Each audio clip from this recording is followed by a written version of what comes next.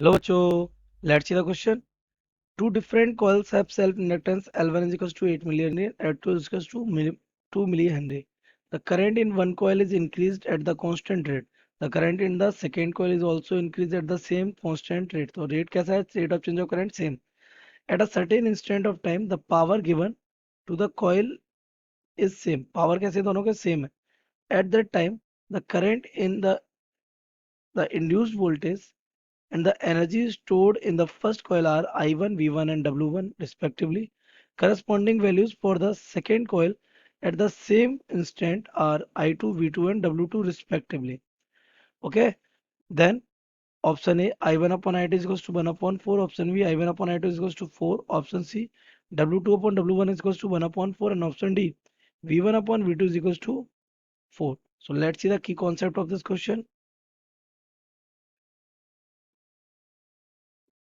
The key concept of this question is बेटा कि इसमें हमें काफी चीजें पूछी गई हैं. सबसे पहले बात कर लेते हैं किसकी, ईएमएफ की. तो the induced EMF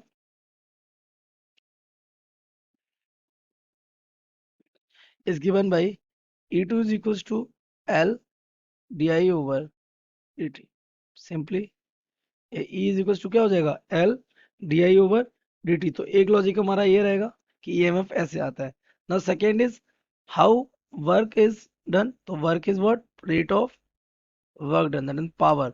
power delivered is equals to, ये हमारा हो जाता है वी आई. क्या हो जाता है, वी आई. ओके, तो अगर ये हमारा वी आई है so we can calculate the much more for this question. तो हमें यहाँ से गिवन है क्या, we have given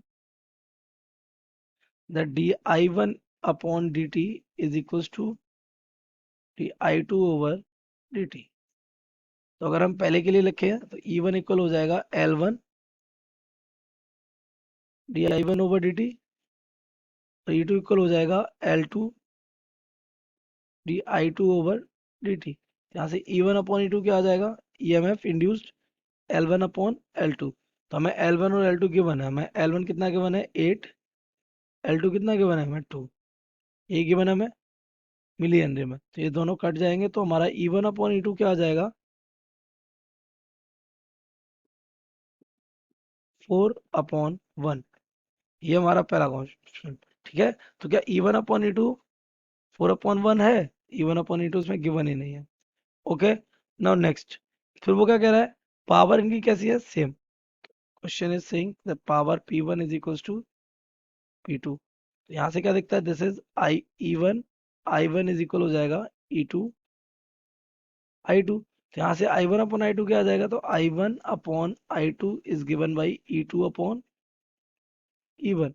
E two upon E one क्या हो जाएगा, तो हमें आई one upon I two is equal to E two upon E one हो जाएगा 1/4.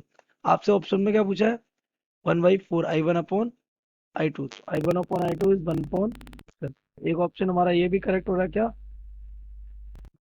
ये जो बेटा हमारा ये वाला जो पार्ट है इसमें हम E one upon E two की जगह V one upon B two भी लिख सकते हैं अकॉर्डिंग टू आवर क्वेश्चन. ये हमारा कितना आ रहा है, दिस इज अ 4. कितना आ रहा है हमारा, 4 आ रहा है. और हमारे ऑप्शन में V one upon B two कितना गिवन है, 4. Option D is correct and option A is correct. So we can say correct option